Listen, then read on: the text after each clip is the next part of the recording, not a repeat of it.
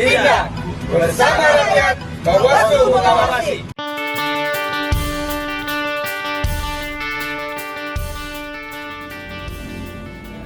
Assalamualaikum warahmatullahi wabarakatuh. Selamat siang, salam sejahtera untuk kita semua. Kita sudah kedatangan tamu istimewa. Beliau merupakan salah satu anggota Pak ya, anggota Bawaslu dari Provinsi Kalimantan Barat. Mungkin untuk lebih jelasnya langsung saja kita interview beliau terkait dengan identitas, kemudian nanti pengalaman beliau selama menjadi anggota Bawaslu di Kalimantan Barat. Sebelumnya bisa diperkenalkan. Assalamualaikum warahmatullahi wabarakatuh. Selamat siang, salam sejahtera. Terima kasih atas undangan dari teman-teman di Bawaslu DKI Jakarta Barat ya. Kebetulan saya bersilaturahmi di sini. Saya Faisal Reza. Saya Koordinator Divisi Pengawasan dan Hubungan Antar Lembaga Bawaslu Provinsi Kalimantan Barat, yang kebetulan tadi bertemu dengan pimpinan Bawaslu RI, Pak Kode Penanganan Pelanggaran dan Jatim, dan kemudian ketemunya di sini gitu. Kira-kira mudah-mudahan silaturahmi ini bisa membawa berkah. Amin. Baik Pak, tadi sudah sempat disinggung bahwasannya mungkin sapaan akrabnya Bapak Ical Pak. Ical ya. Oke. Kita agar lebih mengakrabkan diri untuk sobat-sobat Bawaslu Nusantara, kita sapa Bapak Ical. Kemudian kita akan coba kulik pengalaman beliau selama menjadi pengawas anggota Bawaslu di Kalimantan Barat. Beliau juga sudah menyinggung bahwasanya beliau merupakan koordinator dari Divisi Pengawasan dan Hubungan Antar Lembaga di Bawaslu Kota, maksud kami di Bawaslu Provinsi Kalimantan Barat.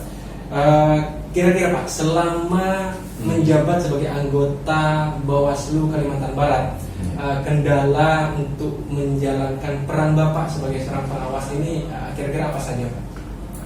Baik, saya kira kalau kendala di mana-mana ada ya, apapun posisinya gitu. Tapi bagaimana kita menyikapi kendala itu yang penting. Buat saya di Bawaslu ini, saya karena kali pertama sebagai anggota Bawaslu Provinsi Kalimantan Barat. Meskipun saya pernah menjadi tim seleksi Bawaslu Kabupaten Kota, tapi secara formil terlibat sebagai penyelenggara baru kali ini gitu, baru tahun periode ini. Saya kira ya isu-isu soal kualitas demokrasi, termasuk kualitas elektoral kita, itu memang Bawaslu memiliki peran yang sangat penting lah untuk memastikan agar kualitas elektoral kita benar-benar terjaga. Nah, berkaitan dengan itu, saya kira soal tantangan tentu berbeda masing-masing ya antara wilayahnya. Kalimantan Barat ini provinsi yang cukup luas, yang penduduknya hanya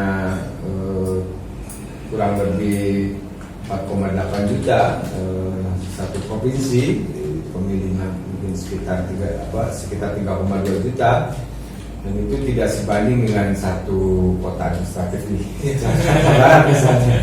Jadi tantangannya berbeda-beda. Belum lagi misalnya wilayah, kalau kita rata-ratakan data statistik menunjukkan bahwa untuk 1 kilometer persegi itu hanya dihuni sekitar 18 kakak di Provinsi Kalimantan Barat, dan itu artinya penduduknya masih sangat jarang gitu ya. Nah, karena itu ya tantangannya tentu soal infrastruktur, komunikasi dan sebagainya, itu menjadi tantangan sendiri bagaimana agar kecepatan dan validitas pengawasan kita. Selain itu juga saya kira hal-hal yang mungkin soal faktor-faktor politik dan sosial yang mungkin berbeda. Nah, kita itu pernah menjadi pada Pilkada 2018 itu daerah rawan ketiga se-Indonesia hasil KP, dan pernah hasil polisi Kapolri itu rawan pertama. Tapi alhamdulillah dengan berbagai upaya yang kita lakukan dan dengan fungsi dan kewenangan yang kita miliki, kita tidak sampai seperti yang digambarkan dalam IKP atau program itu kita bisa apa ya, kita cukup bangga untuk bisa mengatakan bahwa elektoral kita di sana ya damai, aman dan berkualitas. Ya, ini salah satu bentuk keberhasilan Pak Ical dalam mengawal demokrasi kita di wilayah Provinsi Kalimantan Barat. Ini merupakan prestasi yang tentu bagi kita semua sebagai seorang pengawas ini merupakan jenjang yang sangat prestisius untuk prestasi yang sudah didapatkan, karena Kalimantan Barat sendiri dikategorikan sebagai salah satu provinsi yang tingkat kerawanannya cukup tinggi untuk rankingnya, Pak ya.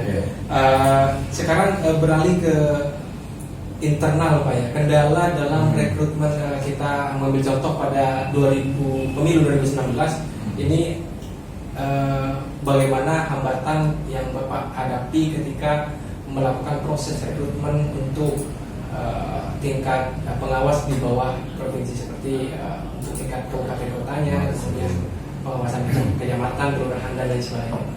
Ya, kita itu kalau kaitan dengan jajaran pengawas kita di bawah ya, itu repotnya kalau rekrutmen pengawas TPS dan pengawas kelurahan desa itu, untuk pengawas lapangan itu memang karena syaratnya umur 25 tahun dan kemudian dia harus minimal SMA. Rata-rata di kampung di Kalimantan Barat yang 25 tahun dan minimal SMA itu sudah bekerja atau sudah keluar dari kampung, bisa jadi kuliah atau dia bekerja di kota. Jadi ini yang agak rumit memang, kita mencari kualifikasi pengawas TPS atau pengawas desa kita yang dengan kriteria itu. Nah, ini jadi tantangan sendiri buat kita. Kadang-kadang kita ambil dari desa yang sebelahnya, bahkan ada yang desa yang lain, bahkan dari satu kecamatan itu ya, dan itu jaraknya juga cukup. Selain itu juga soal apa ya, mungkin karena kita itu terdiri dari 14 kabupaten kota.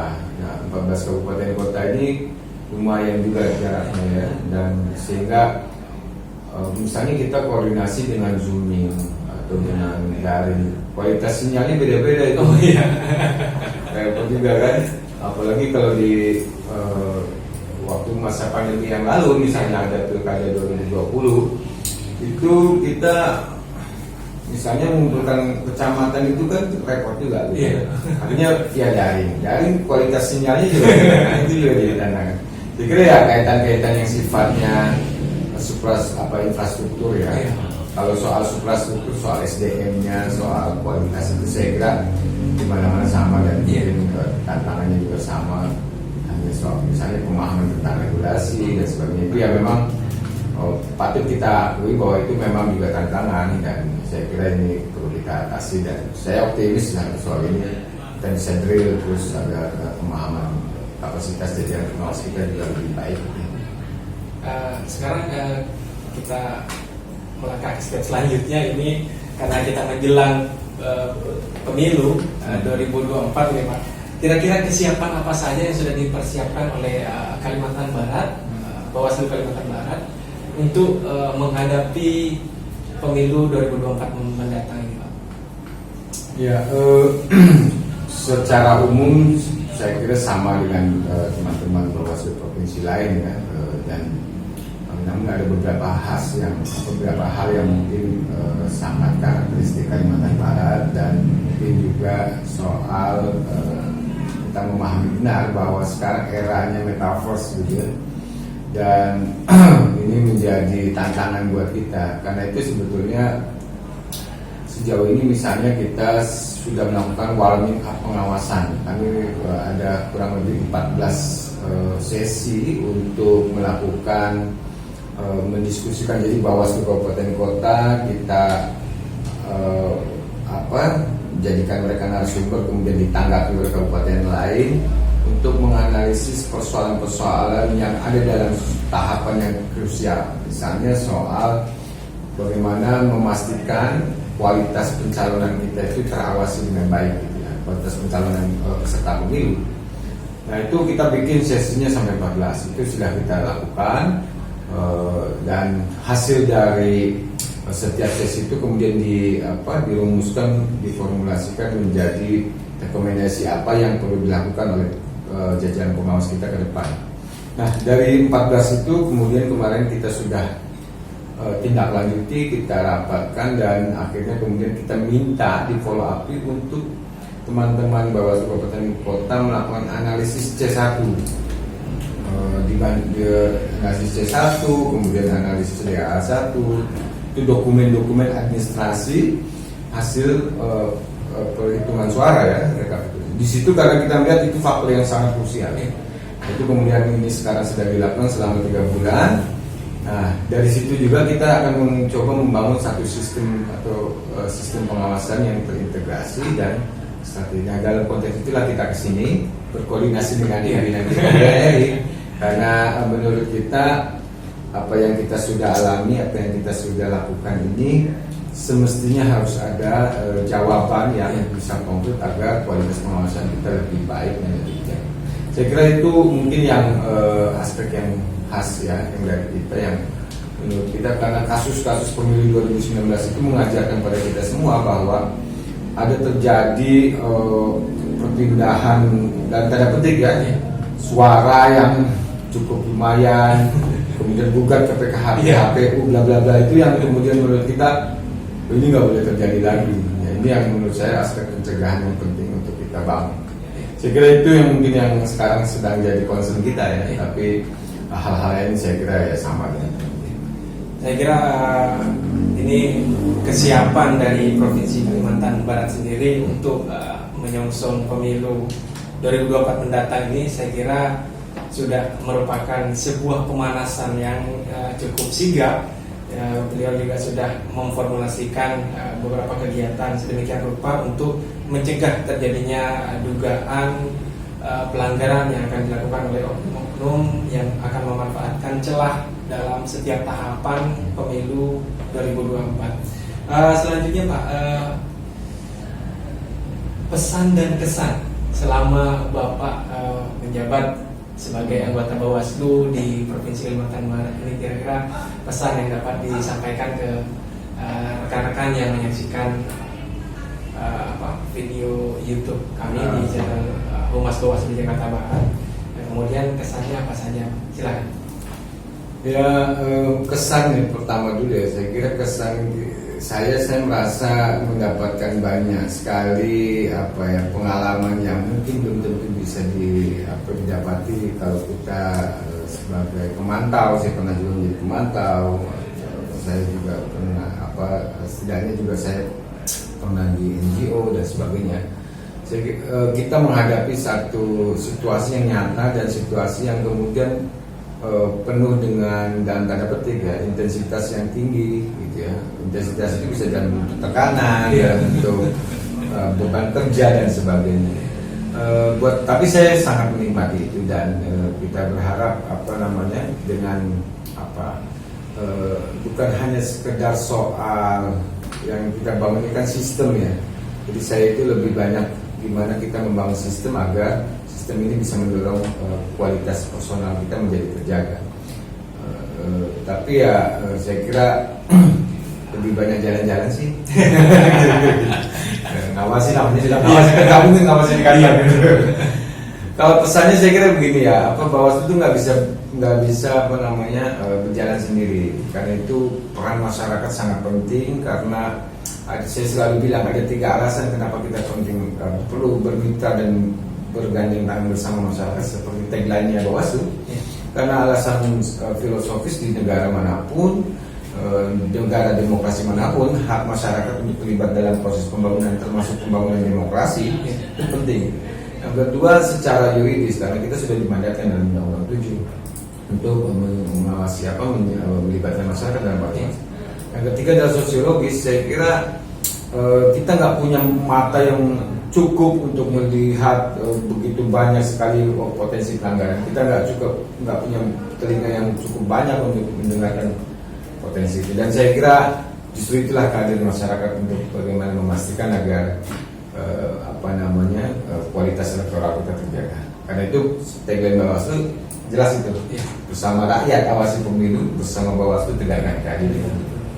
Ya, mungkin dengan disampaikannya pesan dan kesan oleh Bapak Ical, ini menjadi penutup dari perjumpaan kita melalui channel YouTube Humas Bawaslu Kota Administrasi Jakarta Barat. Saya ucapkan terima kasih kepada Bapak Ical dan sukses untuk Bawaslu Provinsi Kalimantan Barat. Semoga selanjutnya mendapatkan prestasi yang lebih prestisius lagi di bawah kepemimpinan Bapak Ical, khususnya untuk divisi pengawasan dan hubungan antar lembaga. Mungkin demikian perjumpaan kita. Tetap patuhi protokol kesehatan karena pandemi belum berakhir. Jangan lupa juga like, comment, subscribe, dan share Humas Bawaslu Kota Jakarta Barat. Selanjutnya kita TTN bersama, Pak. Baik. Salam buat sahabat Bawaslu di Jakarta Barat ya. Iya. Salam hormat dari saya, salam kenal dari Faisal, Bawaslu Provinsi Kalimantan Barat. Mari kita sama-sama mengucapkan tagline Bawaslu 1, 2, 3. Sama rakyat, awasi dulu, bersama Bawaslu tegakkan keadilan.